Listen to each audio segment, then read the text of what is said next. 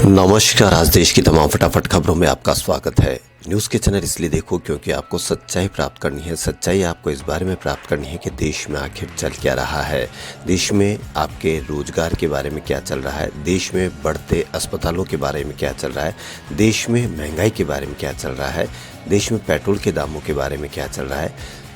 तो इसलिए बढ़ते हैं खबरों की ओर। कोरोना के नए वेरिएंट ओमिक्रॉन को लेकर दुनिया चिंतित है। अब यह वेरिएंट भारत भी पहुंच चुका है। अभी तक भारत में कोरोना के नए वेरिएंट ओमिक्रॉन के 2 मामले सामने आए हैं। इनमें से एक भारतीय नागरिक है और दूसरा शख्स दक्षिण अफ्रीका का है। देश में ओमिक्रॉन की दस्तक के बाद कई राज्यों में हलचल तेज हो गई है और लगातार एहतियात उपाय किए जा रहे हैं। कोरोना के नए वेरिएंट को काफ़ी संक्रामक बताया जा रहा है। ऐसे में सभी को सचेत रहने की जरूरत है। भारत में ओमिक्रॉन के 2 केस कर्नाटक में मिले हैं। ओमिक्रॉन 46 साल के भारतीय और 66 साल के दक्षिण अफ्रीकी नागरिक में पाया गया है। दोनों ही मरीजों की वैक्सीन की दोनों डोज लग चुकी थी। कोरोना के नए वेरिएंट से संक्रमित मरीजों को आइसोलेट कर दिया गया और इनके सैंपल जीनोम सीक्वेंसिंग के लिए भेजे गए हैं।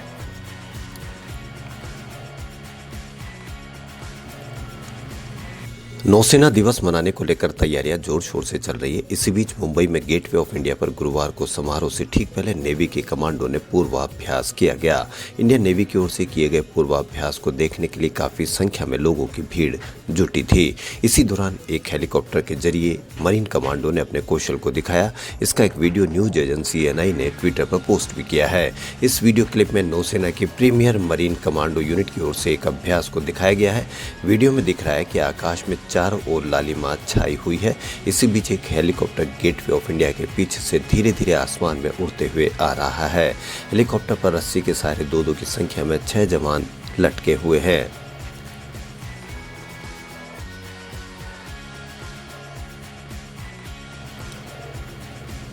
उत्तर प्रदेश विधानसभा चुनाव से पहले राजनीतिक पार्टियों के बीच आरोप प्रत्यारोप का सिलसिला जारी है। इसी बीच कांग्रेस महासचिव प्रियंका गांधी वाड्रा ने गुरुवार को समाजवादी पार्टी अध्यक्ष अखिलेश यादव पर तीखा निशाना साधा। प्रियंका ने सवाल उठाया कि चुनाव के वक्त सक्रिय हुए अखिलेश संशोधित नागरिक कानून और नागरिकता पंजीकरण के खिलाफ आंदोलन के दौरान हुए सरकार के जुल्म के वक्त कहां थे। प्रियंका ने सपा और बसपा पर भाजपा की ही जाति और धर्म की राजनीति को आगे बढ़ाने का आरोप लगाते हुए कहा कि ये दल समझते हैं कि ऐसी सियासत करके वे वोट हासिल करेंगे और अपना अपना मौका मिलने पर राज कर लेंगे। कांग्रेस महासचिव ने मुरादाबाद में प्रतिक्रिया रैली में प्रमुख विपक्षी दलों सपा और बसपा पर निशाना साधते हुए कहा कि मैंने सुना है कि कुछ लोग कहते हैं कि भाजपा तो फूट फैलाकर फिर से जीतेगी। आखिर क्यों? क्योंकि असलियत यह है कि जिनको आज मुख्य विपक्ष माना जा रहा है वे विकास का एजेंडा सेट नहीं कर रहे हैं। वह भी इसी तरह की राजनीति करना चाहते हैं। सपा और बसपा ने भी जाति और धर्म की ही राजनीति को आगे बढ़ाया है।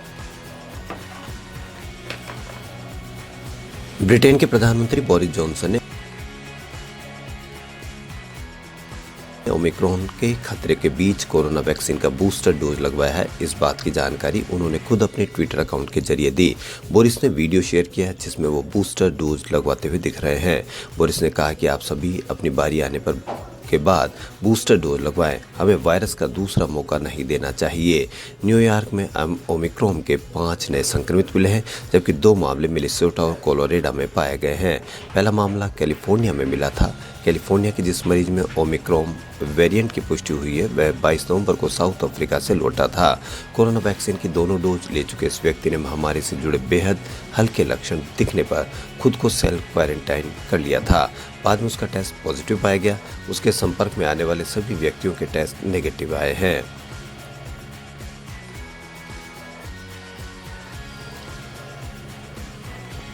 लोकसभा में शून्यकाल के दौरान उठाए गए हर मुद्दों का जवाब देने के लिए संबंधित मंत्री बाध्य होंगे। इस दौरान चुनिंदा सवालों का जवाब मंत्री उसी दिन सदन में देंगे। बाकी सवालों का जवाब सदस्यों को मंत्री की ओर से लिखित में उपलब्ध करवाया जाएगा। प्रधानमंत्री नरेंद्र मोदी और लोकसभा स्पीकर ने इस दिशा में विशेष पहल की है। बृहस्पतिवार को शून्यकाल में नई परिपाटी की शुरुआत हुई। शून्यकाल के दौरान अल्पसंख्यक मामलों के मंत्री मुख्तार अब्बास नकवी ने सदन में ही डीएमके सांसद टीआर बालू और एआईएमआईएम सांसद असदुद्दीन ओवैसी के सवालों का जवाब दिया। पिछली लोकसभा में शून्यकाल के दौरान उठाए गए 55% मुद्दों का संबंधित मंत्रियों ने जवाब दिया। नई लोकसभा में इसका 100% का लक्ष्य हासिल करना है। गौरतलब है कि शून्यकाल के दौरान सदस्यों के सवालों का जवाब देने के लिए मंत्री बाध्य नहीं है।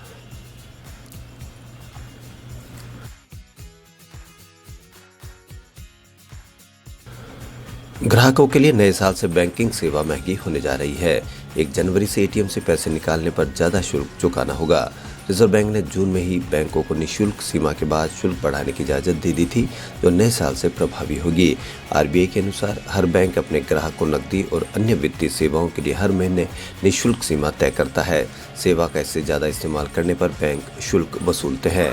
रिजर्व बैंक ने कहा था कि ज्यादा इंटरचेंज शुल्क व लागत बढ़ने की वजह से बैंकों को एटीएम से धन निकासी शुल्क बढ़ाने की इजाज़त दी जाती है। अब एक्सिस, एचडीएफसी सहित अन्य सरकारी और निजी बैंकों से धन निकासी पर ज़्यादा शुल्क चुकाना होगा।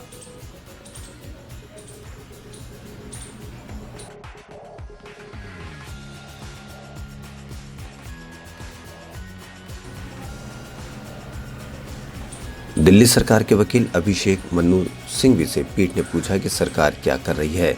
एक तरफ वर्क फ्रॉम होम लागू किया ताकि बड़े घर से काम करें, दूसरी ओर स्कूल खोल दिए जिससे बच्चे घर से निकले। ये कैसी व्यवस्था है? आपके यहाँ बच्चों के धुन में घर से निकलना पड़ रहा है। इस पर सिंघवी ने कहा कि स्कूल प्रदूषण का स्तर कम होने पर खोले गए, साथ ही ऑनलाइन पढ़ाई भी हो रही है। अभिभावकों के पास विकल्प है, वे चाहे तो बच्चों को भेजे या नहीं। इस पर पीठ ने फटकार लगाई, विकल्प है का क्या मतलब है? आप मौका ही क्यों दे रहे हैं स्कूल भेजने का? हालात खराब हैं, स्कूल बंद कर सिर्फ ऑनलाइन पढ़ाई क्यों नहीं करा रहे? हमारे यहाँ भी बच्चे हैं, आप मौका देंगे तो वह घर से निकलेंगे ही। सिंघवी ने कहा कि दिल्ली सरकार कोर्ट के हर आदेश का पालन करने के लिए तैयार है।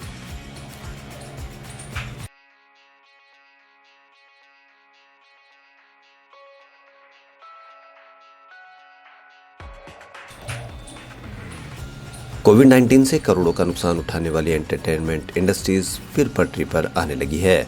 2021 में बड़े सितारों की कई बड़ी फिल्में रिलीज हुई है, जिन्होंने दर्शकों को एंटरटेन करने के अलावा भी कई बड़े रिकॉर्ड तोड़ दिए हैं। जानते हैं वो फिल्में और उनके रिकॉर्ड कैसे हैं। मलयालम सुपरस्टार मोहनलाल की film Marakkar lion of the Arabian sea 2 दिसंबर को रिलीज हो चुकी है। यह पहली इंडियन फिल्म है जिसने रिलीज से पहले ही प्री बुकिंग से 100 करोड़ रुपए का बिजनेस कर लिया है। फिल्म को देश भर की 4100 स्क्रीन पर रिलीज किया गया है, जिसके 16,000 शो पहले ही बुक करवा लिए गए हैं। प्रियदर्शन के निर्देशन में बनी इस फिल्म में मोहनलाल के साथ सुनील शेट्टी, अर्जुन सारजा, प्रभु, अशोक, सिल्वन, मंजू वारियर, कीर्ति सुरेश, नेडुमुडी वेणु, सिद्दीकी, मुकेश, प्रणव मोहनलाल, जय जे जाकृतस, मैक्स कवेनहम भी अहम किरदार निभा रहे हैं। फिल्म को मलयालम के साथ तमिल, तेलुगु, कन्नड़ और हिंदी में भी रिलीज किया गया है।